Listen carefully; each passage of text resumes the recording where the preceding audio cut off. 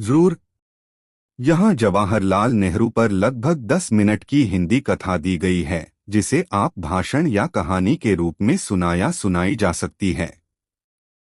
जवाहरलाल नेहरू की प्रेरक कथा 10 मिनट। प्रारंभ। नमस्कार दोस्तों, आज मैं आपको भारत के पहले प्रधानमंत्री, स्वतंत्रता सेनानी, लेखक और बच्चों के प्यारे चाचा नेहरू, पंडित जवाहरलाल नेहरू की कहानी सुनाने जा रहा हूं। बाल्यकाल और शिक्षा। जवाहरलाल नेहरू का जन्म 14 नवंबर 1889 को इलाहाबाद, अब प्रयागराज में हुआ था। उनके पिता मोतीलाल नेहरू एक प्रसिद्ध वकील थे और माता स्वरूपरानी नेहरू एक स्नेहमयी गृहिणी थीं। नेहरू जी का बचपन बहुत ही सुसंस्कृत और समृद्ध वातावरण में बीता। उन्हें बचपन से ही पढ़ाई और प्रकृति से बहुत लगाव था।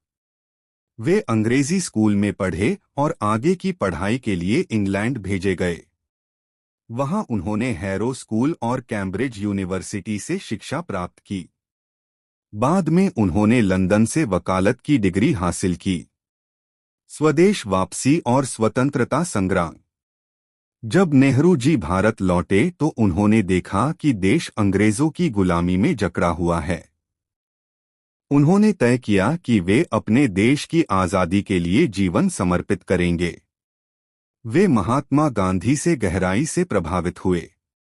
गांधी जी के विचार, अहिंसा, सत्य और स्वराज ने नेहरू जी को देश सेवा की राह पर अग्रसर किया। वे जल्दी ही भारतीय राष्ट्रीय कांग्रेस के प्रमुख नेता बन गए। नेहरू जी ने किसानों, मजदूरों और युवाओं के लिए आवाज उठाई। कई बार उन्हें जेल भी जाना पड़ा, पर वे डटे रहे।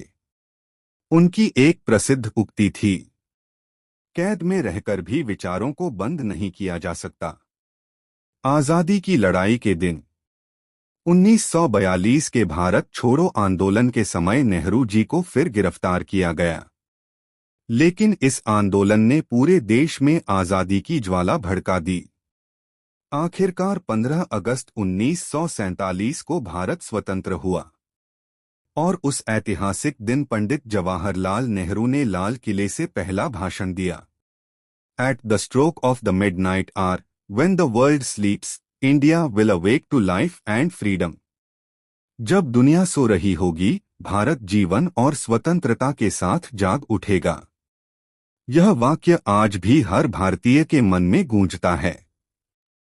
प्रधानमंत्री के रूप में योगदान। नेहरू जी